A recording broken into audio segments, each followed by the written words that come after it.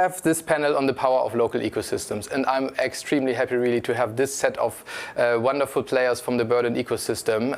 They're all kind of part of different ecosystems also, but there's overlappings, and I'm really, really excited to see, to have these 4 people here together today and to talk about the power of local ecosystems.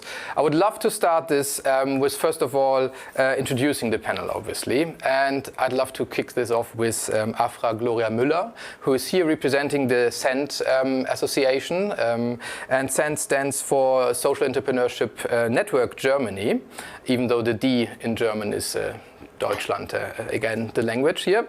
And well, as far as I learned about you, you started your career as a social business, really in the social business area, and you did a master's in Amsterdam in the field of organizational change. So that comes very handy, I'm sure. And then you became basically an agile management business consultant for a while. And somewhere then in the last couple of months, you were thrown into an exciting journey where a festival, a democracy festival, was introduced to Berlin and should have happened with 70,000 people, and then ended up never happening because, well, we all know what happened around this world.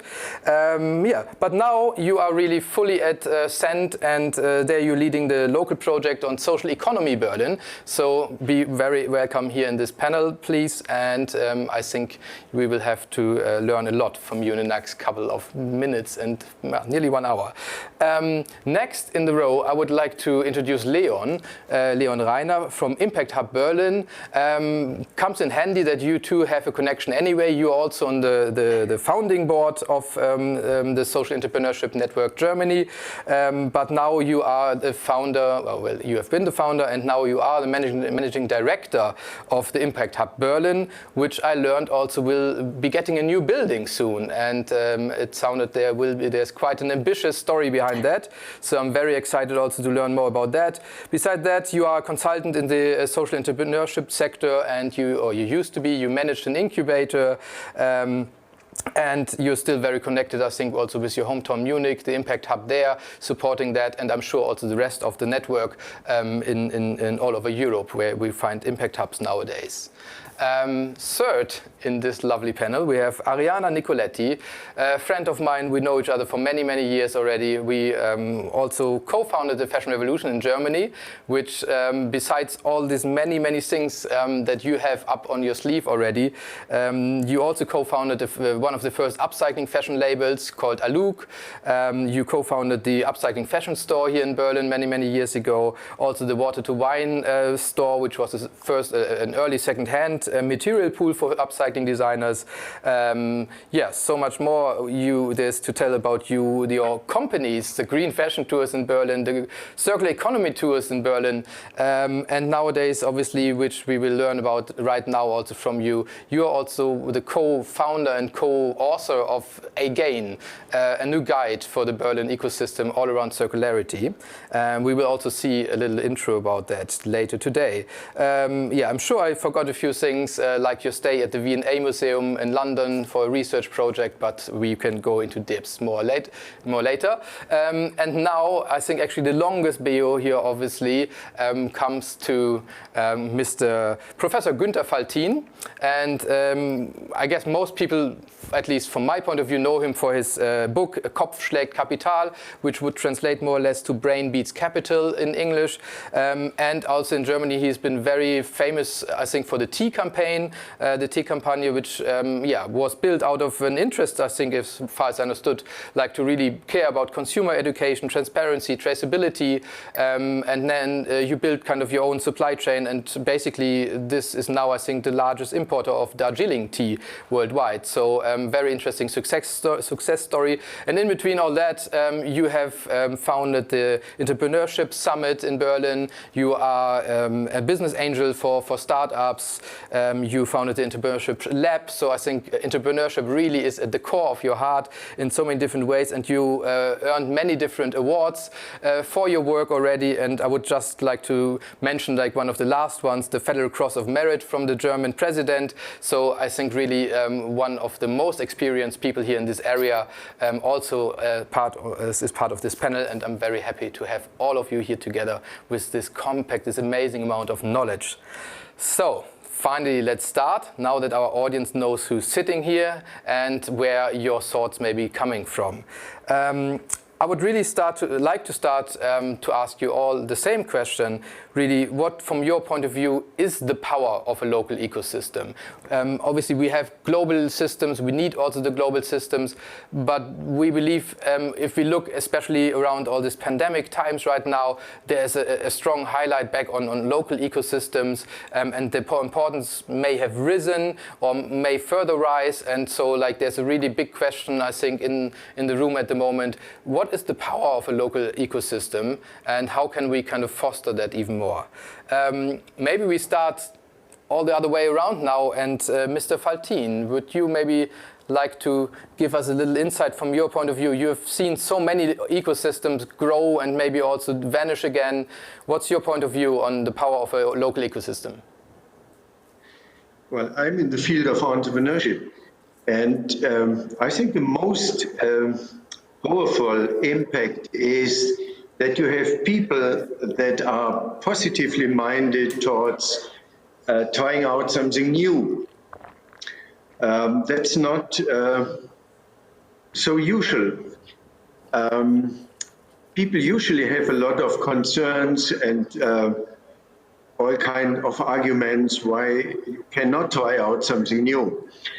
So in a town like Berlin, with a lot of artists that are more in the off field, not Deutsche Oper or institutions like that, it's immensely helpful to exchange with people that change the viewpoints.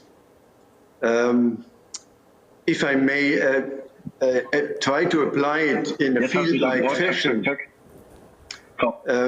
it's not so much about the forms and the colors, it's about taking new viewpoints, not only about sustainability, but to see that we have the best weather conditions in the world.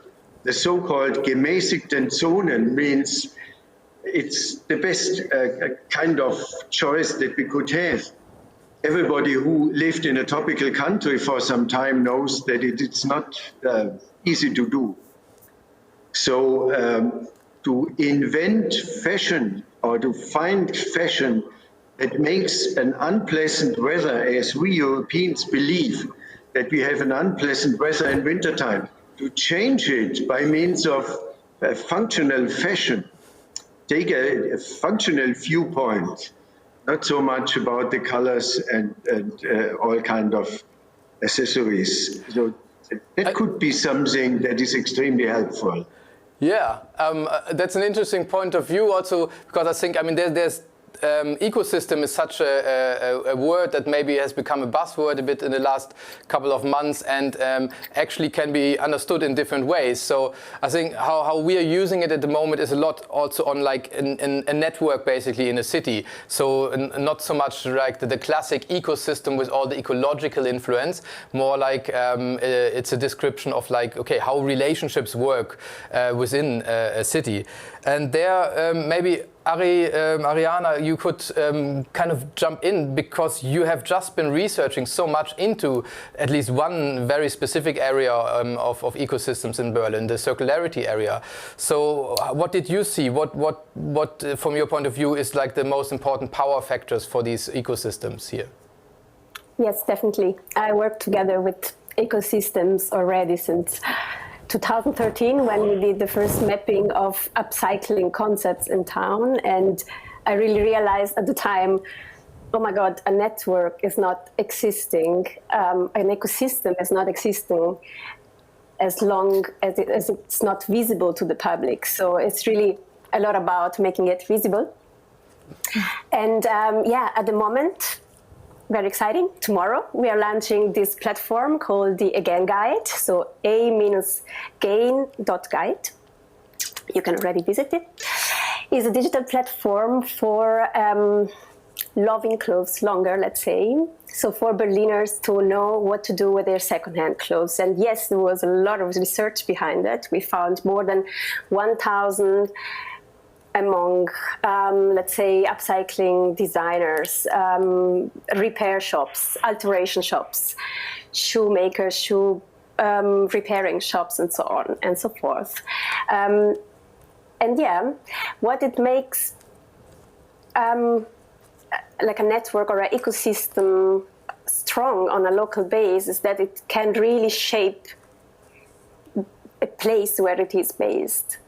So actually these, let's call it textile recovery ecosystem that we're just going to make visible tomorrow, has the power now, because it is visible, to shape the way Berlin thinks and Berlin image.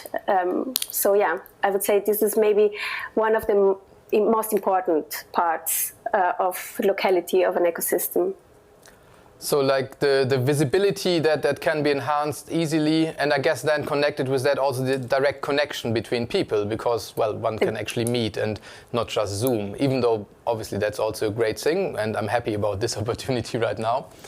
Right, and maybe to then shift over to an actual space in Berlin, the Impact Hub. I mean, there you're trying to build your own ecosystem, I guess, in a way, obviously, but also you need to connect with all the other systems around. So from your point of view, Leon, what is kind of the power of this local ecosystem? Maybe, first of all, your own power as a hub, but also in collaboration with all the others.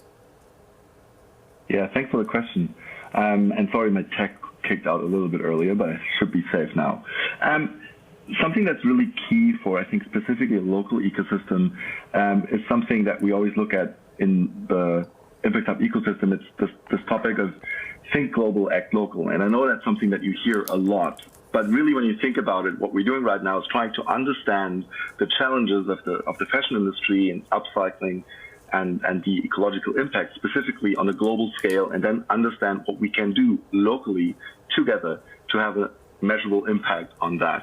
And this impact can be either had via kind of building example projects that can be adopted all across the world, or it can be had by directly impacting how we produce and consume, specifically in a city like Berlin that's that big and has that big of an impact on the world. So I think we try to do both. So with the Impact Hub network, we have 100 spaces around the world. So our opportunity to really try to understand globally and also kind of influence how other people are solving issues is really, really good. And at the same time, our potential for learning from other places is really big, and then to kind of transport it to Berlin and into our space. And you know, right now what we learned is that really in Berlin, there's so much happening that with the space that we currently had for the past 7 years, which was about 600 square meters, we're just not representative anymore of the kind of sustainability movement. And as so many of my pre-speakers have said, like, there's so much happening in the city, there's so much activity, that we realize that if we want to be the place where this kind of sustainability-driven crowd comes together, we need to be so much bigger. And we really need to walk the talk. So what we now are doing is basically building a space as circular as we can, as sustainably as we can, 3,500 square meters at Kindle Brewery and Berlin-Neukölln, to be that kind of a space and infrastructure for different ecosystems. So we're looking at 4 different topics, and we're inviting ecosystems in, trying to be their kind of physical and also digital infrastructure to empower these people like Ari that really want to make a difference, to do that and to not worry about kind of where can I go if I want to run an event, where do I have to go when I kind of want to invite my community, and just finding ways to provide that kind of infrastructure and platform. So it's a place to kind of be part of. So if someone who's listening here or someone on the panel that wants to be part of that, I think we're very, very much inclusive of that. We want to invite everyone to build it with us. Right, yeah. And actually, I mean, yeah, I know the building also. I mean, that is where already a Circular House had his home for a while. And I know also, Ari, you already sat in that same building for a while. So there we can see how the ecosystems kind of overlap, also physically even. One question to you, Leon. So for a while, from my perception, it was more that the Social Impact Hub in Berlin was actually one of the smaller ones Europe-wide seen. And now it's becoming like the biggest one. For me, I always wondered at the beginning, was it that you were like fairly small at the beginning, because Berlin is such a, it has so many diversity, it has so many different initiatives, and kind of it's difficult to build something bigger here, but you have to really, first of all, really do the footwork, the groundwork, and grow in your niche, and then you can see better and see clearer how to work with this relatively complex ecosystem, I think. Yeah, it's a very good question. I think for the past years, we were really confronted with when we started 8 years ago, we were basically told that Berlin does not need another co-working space, which is really funny because since then we had the factories, the mind spaces, and the WeWorks come out. But investors and banks basically told us, we don't need another co-working space, and for sure not in an under-financed space like sustainability or social impact, like not at all. Why would you need that? So that was kind of what we met when we started. So we said, okay, we're going to bootstrap. We start small, and we basically built our first space on 100 square meters and showed it worked. After a year, we grew it to 600 square meters, and for the past years, really concentrated on building incubation programs, acceleration programs, innovation support in that big sustainability space. And now, basically, the last year, we saw with Corona and our project View versus Virus, how ready the whole ecosystem is to really make an impact and to really move, and how big it is. And we realized that we really need to step up what we're doing to be able to kind of provide the right infrastructure. So that's what we tried to do.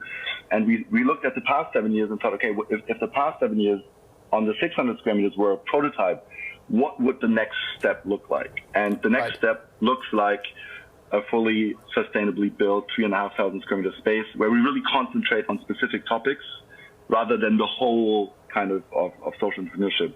So now it's sustainable food, circular economy, green tech, and diversity inclusion as topics that we're really trying to dig into, rather than just any kind of topic that's related to sustainability. Right. Thanks for that. A nice little insight. And now, since you mentioned also one of your focus areas is then the circular economy, but maybe this gives me a good little kind of hint to jump back to Afra and ask you more about like what is that? What did you find out in your project as social economy in Berlin? That must also be a big network by now, a big ecosystem by itself. Can you tell us a little bit more about that and also the power of that ecosystem? Yes, of course. Thank you. I hear me double, but I try to ignore that. So in our network or ecosystem, the power really lies in its diversity. And because there's diversity, we have a lot of different perspectives, and all of this gives us the power to always question the status quo and to become more flexible and adaptable and to find new creative ways. For example, in Berlin, we have this really, really strong solidarity economy, which started in the 70s with an alternative way of economy. And they were trying, to change and transform the city. And now we also have this quite new movement of social entrepreneurship. So in our ecosystem, we now try to connect them and become one bigger ecosystem. And we really live from this diversity because we get stronger because of the different perspectives. We value each other, which is really, really important. But then at the same time, we try to figure out, okay, where are the benefits of finding a way together to have one voice? Also, for example, when we talk to the politics, because we really need better support structures, and every one of us brings different perspectives, but also different connections to people at the administration office, in the politics, in the ecosystem itself. And what is also really, really important, what also Leon said earlier, is that local ecosystems, for me, are so powerful because the people are so ready to take responsibility and see their own impact. And this is what I'm feeling in my daily work with our project Social Economy at Berlin at the moment. Right. And solidarity economy, obviously that's an interesting term. I wasn't so aware of the term yet, but I think I know what you mean. Yeah, I mean, I guess that's quite a strong tradition, really, in Berlin or also in Germany in many ways. Yeah. This also brings me then, but back to Mr. Faltin. So if we look at these economic aspects like solidarity economy, social economy, circular economy, etc., I mean, all of this is basically different views of being an entrepreneur who has to work with kind of a certain framework, but wants to do it better, better in a social way, in an ecological way, etc. How do you perceive this journey over the last couple of years of entrepreneurship and the support for it? I mean, you have built a lot of support for young entrepreneurs yourself, but for example, were you supported by others also to do this, by government, by the city of Berlin, for example? I do not believe so much in government.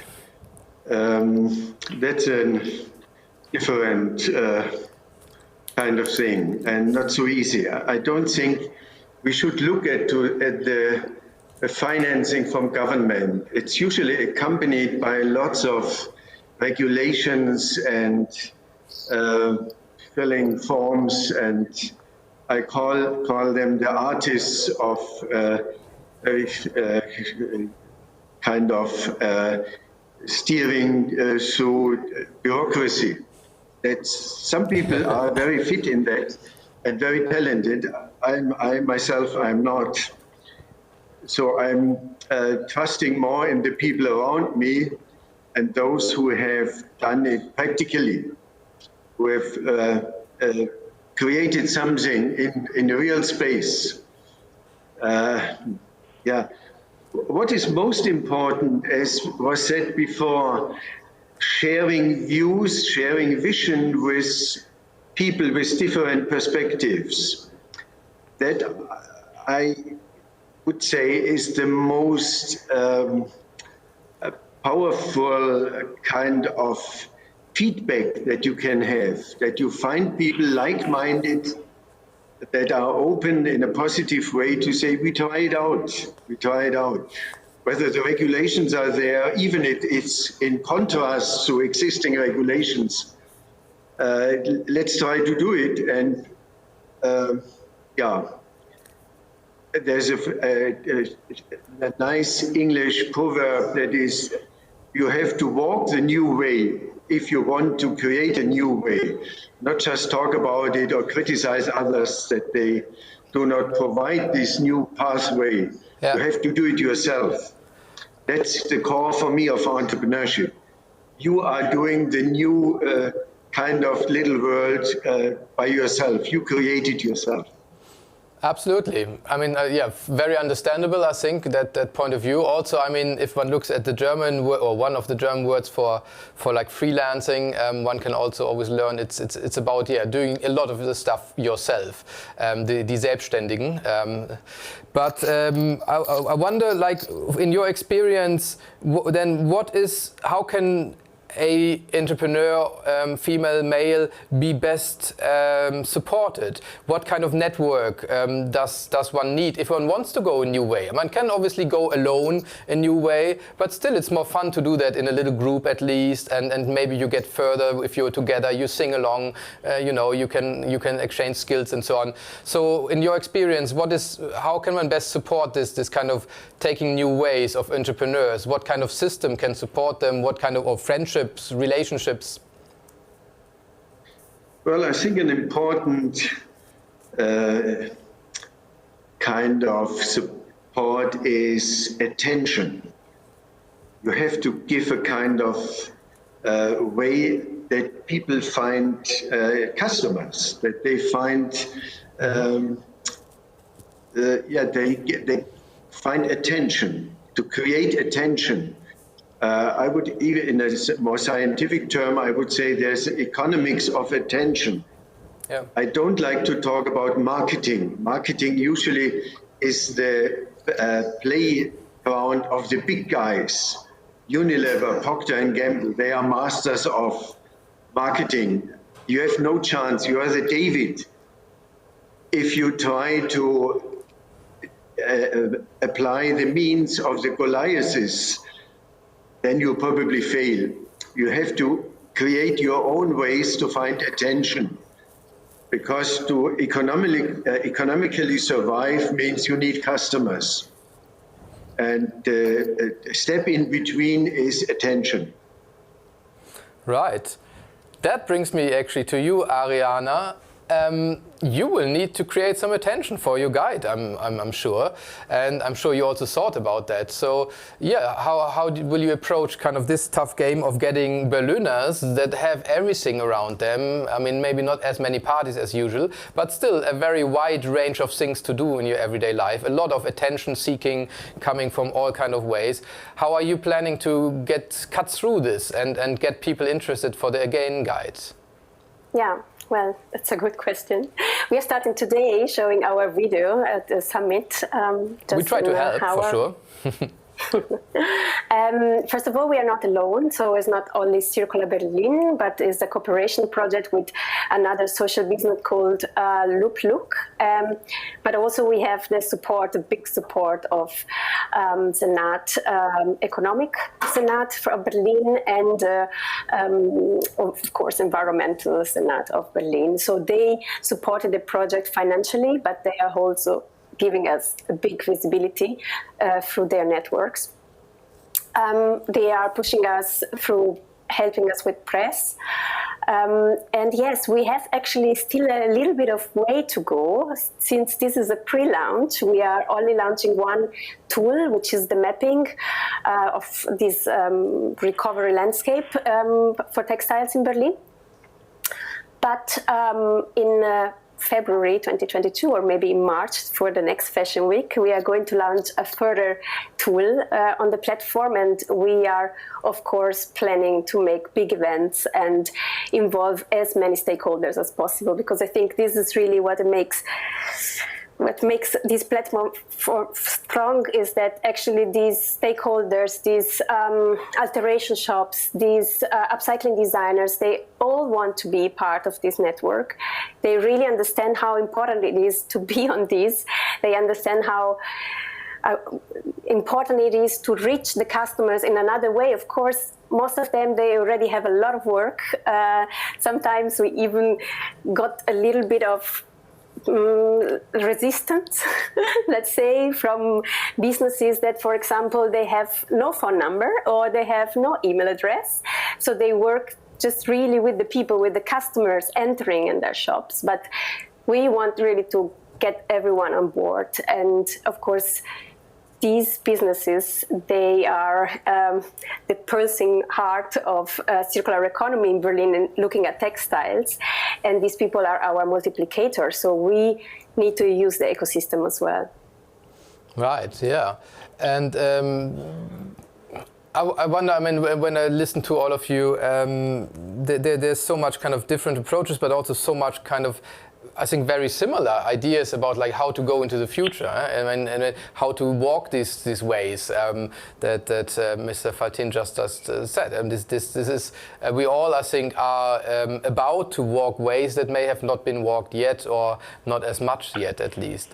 With your network, with the social entrepreneur network, Afra, how do you feel like, how has that grown and kind of taken all these entrepreneurs from all over Germany and brought them more together? Because, I mean, I think you're bringing together entrepreneurs, okay, they have a similar mindset, but still they want to do something very different. The one wants to, I don't know, heal the world with plants, or the other one wants to be in technology, and so on and so on. How do you bridge these gaps? How do you kind of create an ecosystem out of so many diverse players?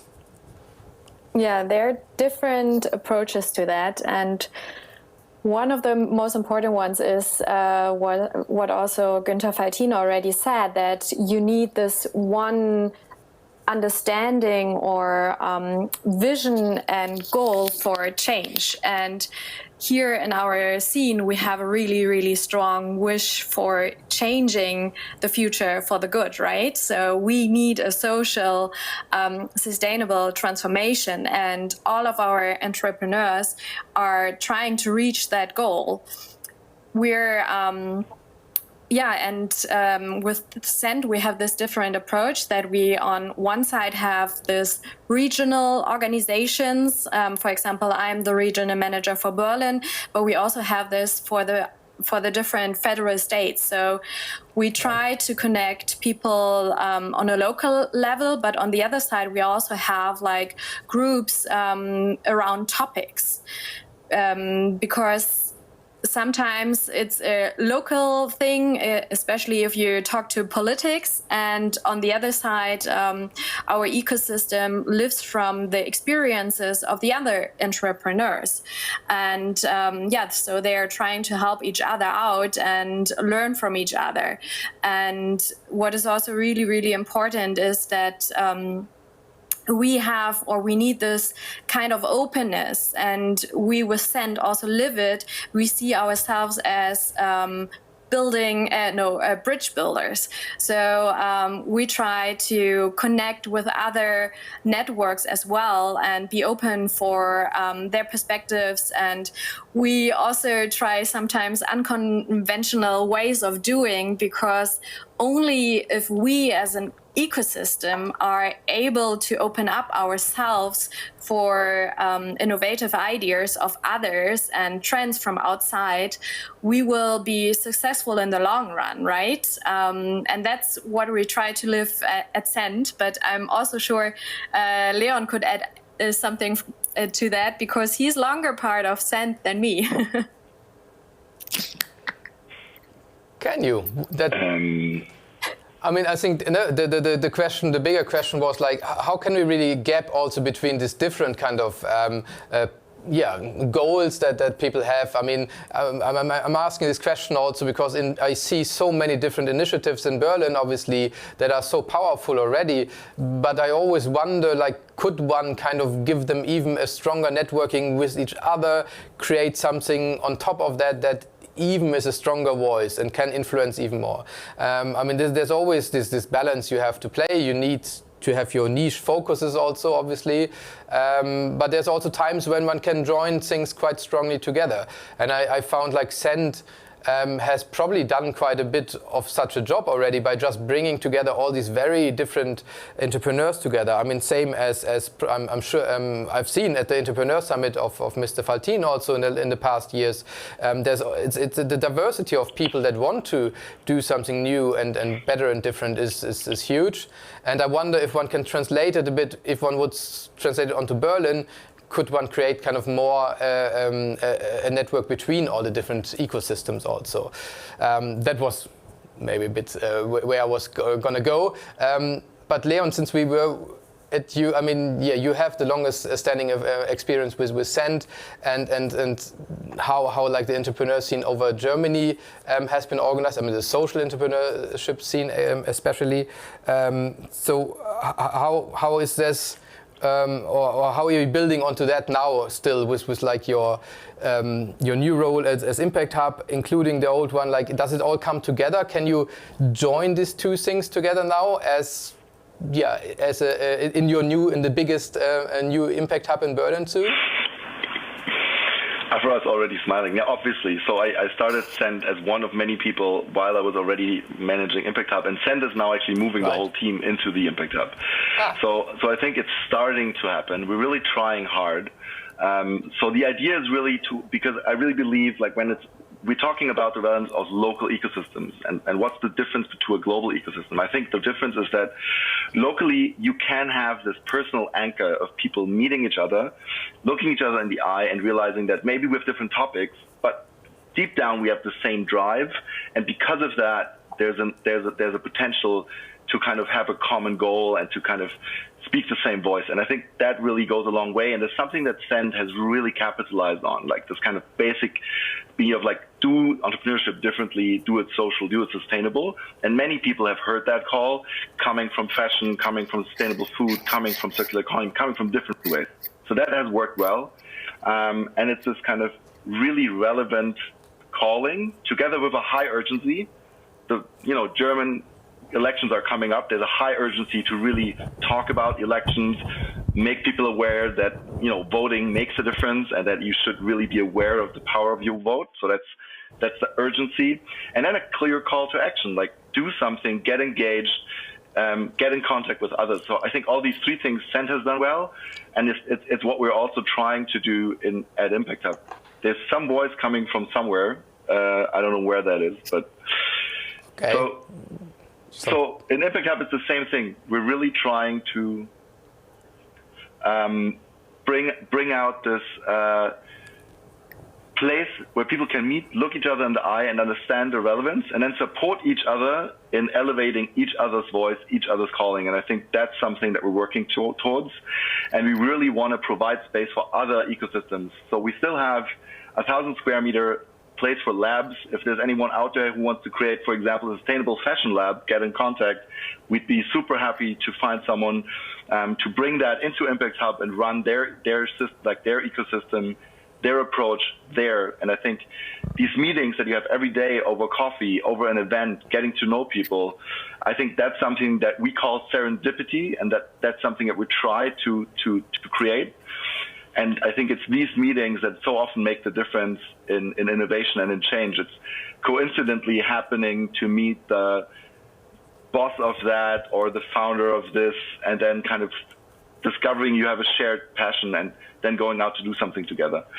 So that's really something I believe in, outside of creating the next network, the next network, and the next network. And that's from someone who has already started too. So.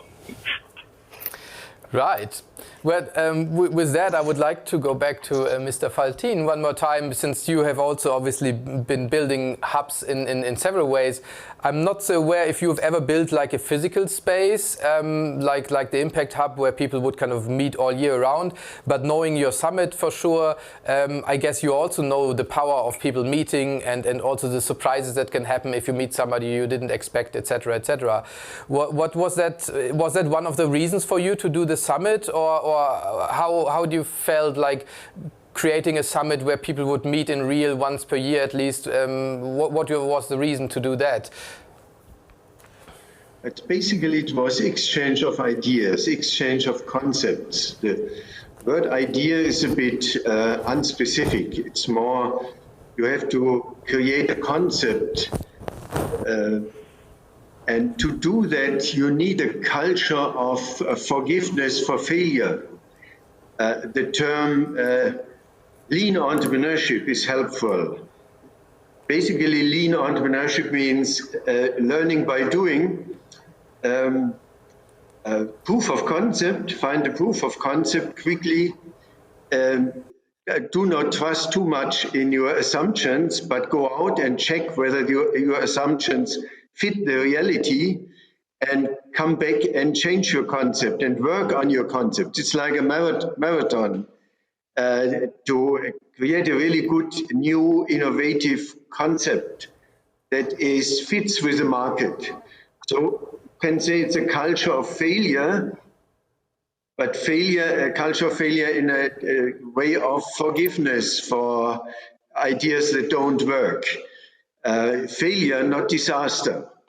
Failure and learning by failure, and not getting into disaster like insolvency or bankruptcy.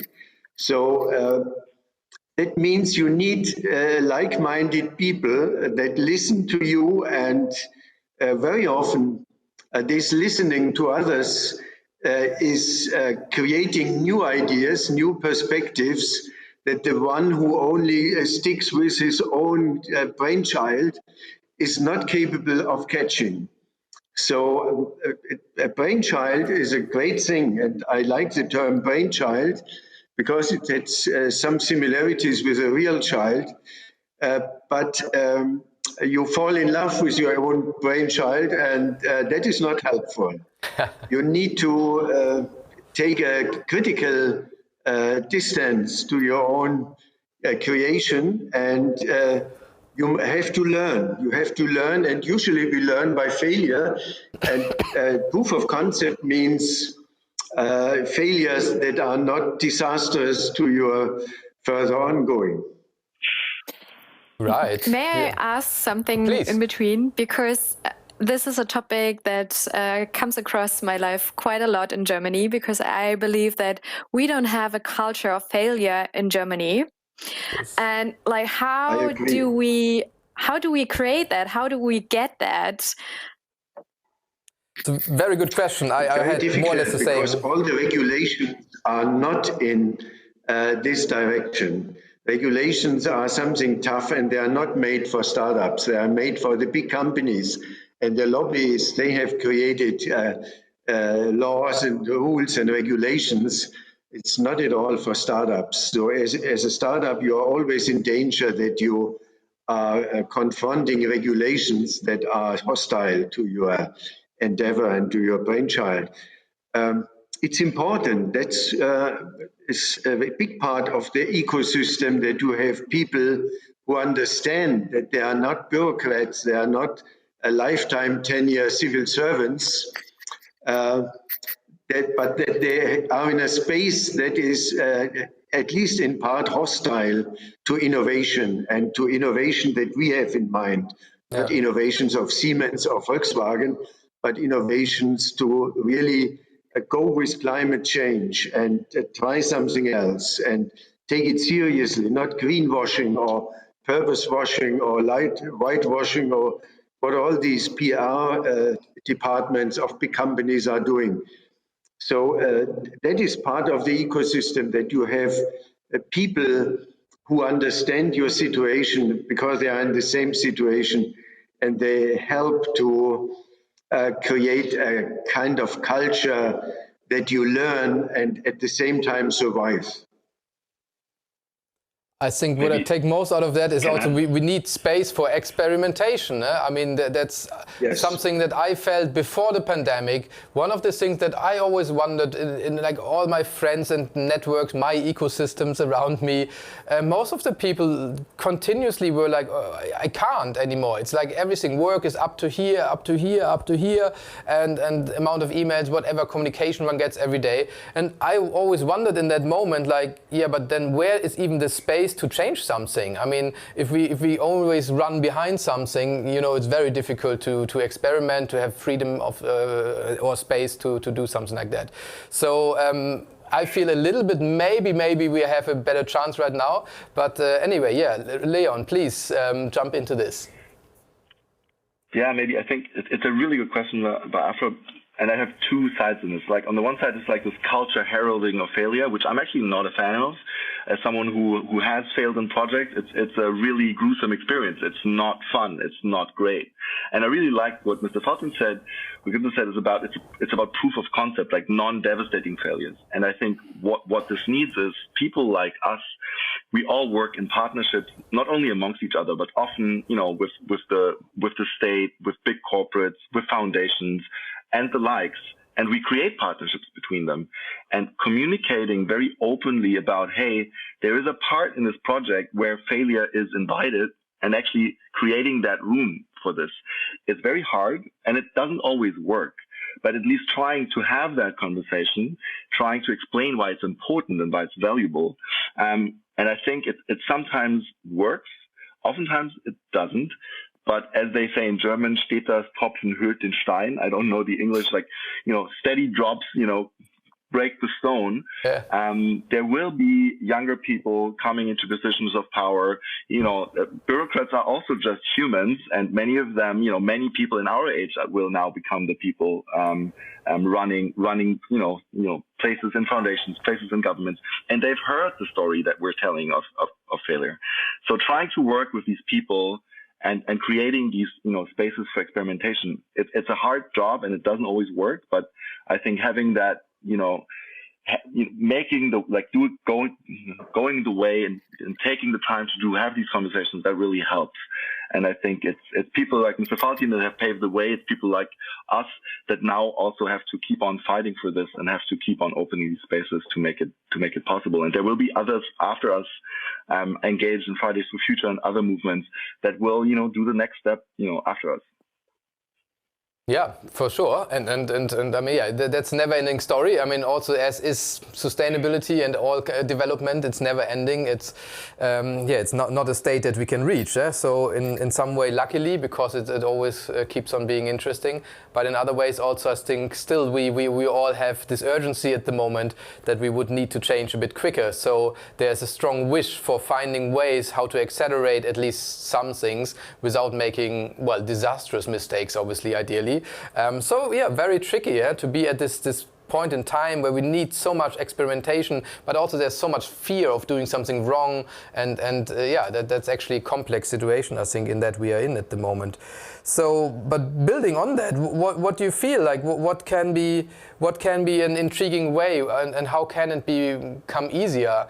I mean, I know we have said so many things already. An important part is really going out there, experimenting, trying things in real life, because I mean it's great to have a brainchild, but as we heard before, if you fall too much in love with it, then maybe you pamper it in the wrong way, and it's going to be nasty at the end, and not like this great thing that you imagined.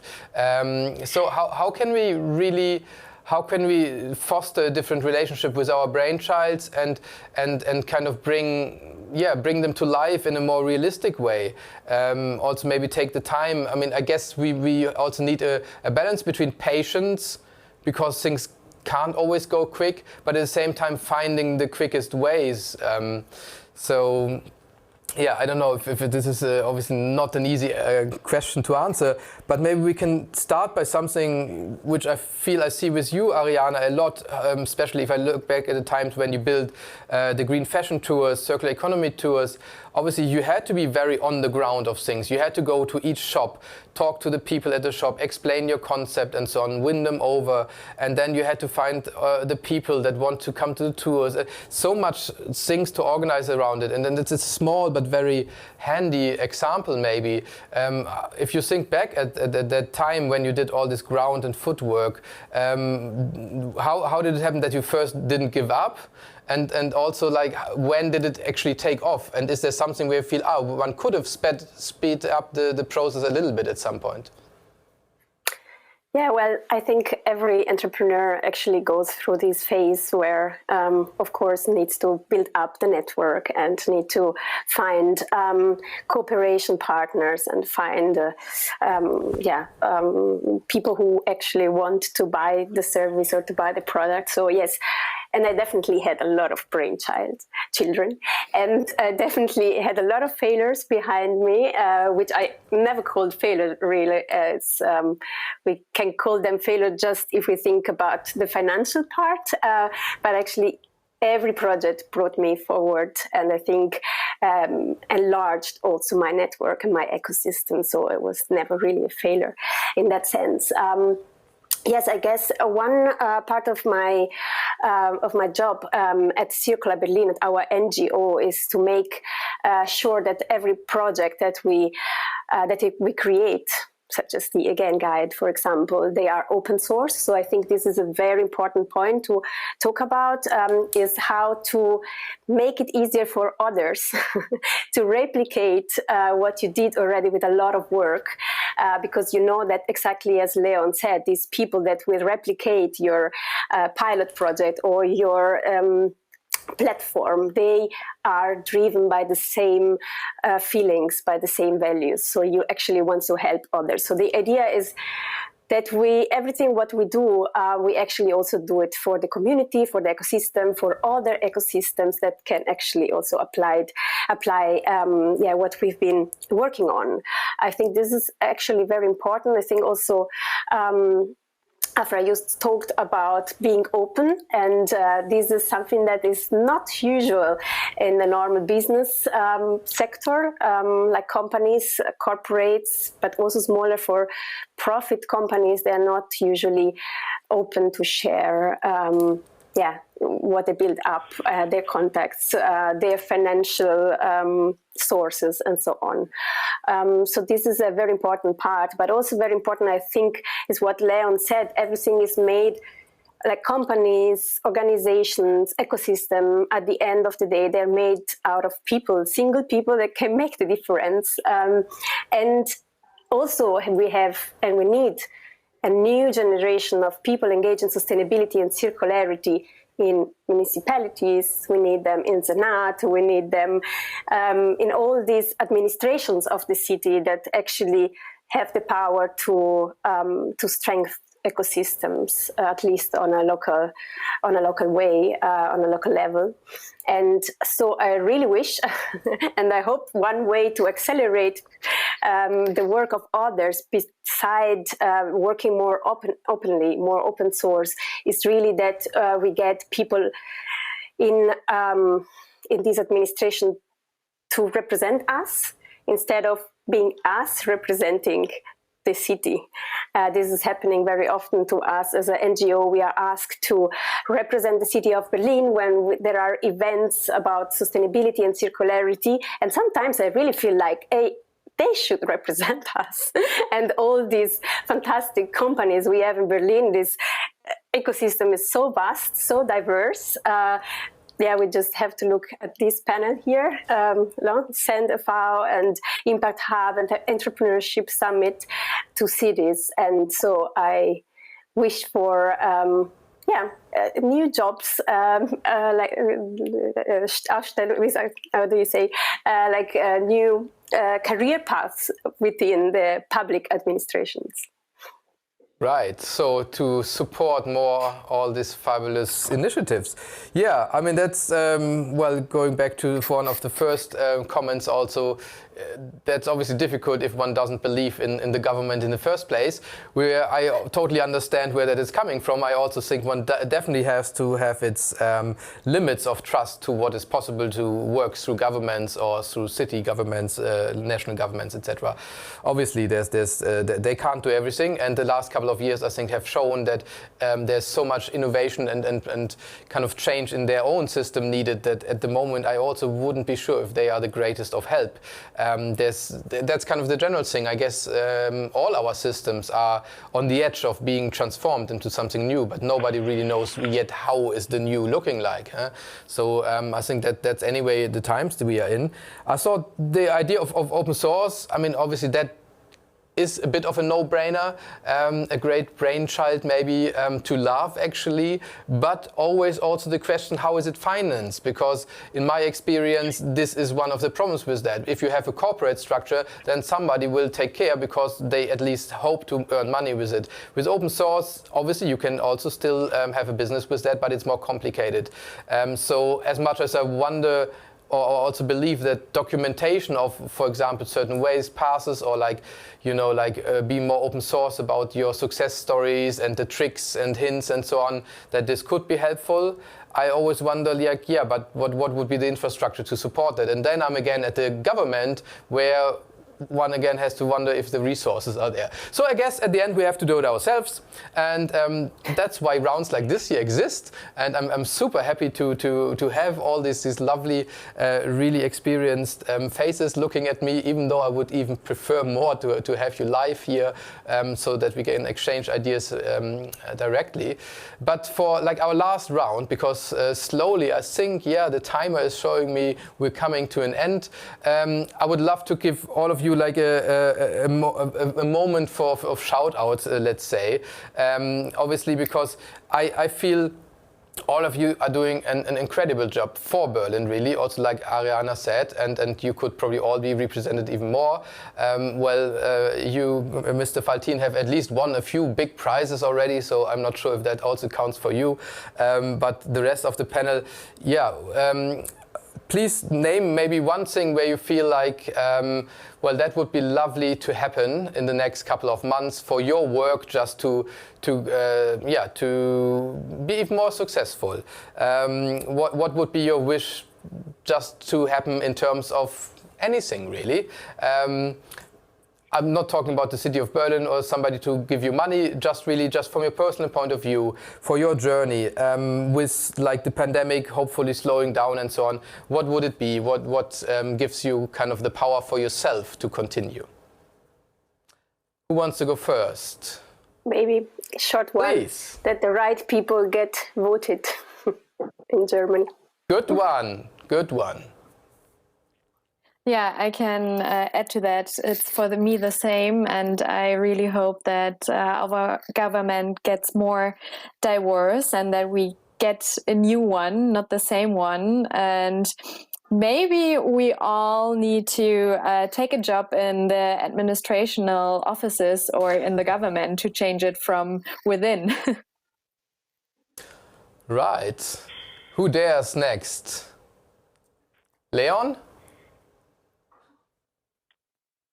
You stole one good one, but I'm very deep in my building phase right now. For the next weeks, I'm just hoping I'm meeting the right people that will help me bring that huge house to life. So if anyone's out there who wants to run a lab or needs office space or want to run events or whatever it is in the sustainability space, seek to talk to us at least. I think it might be an interesting conversation. I think that's really one thing.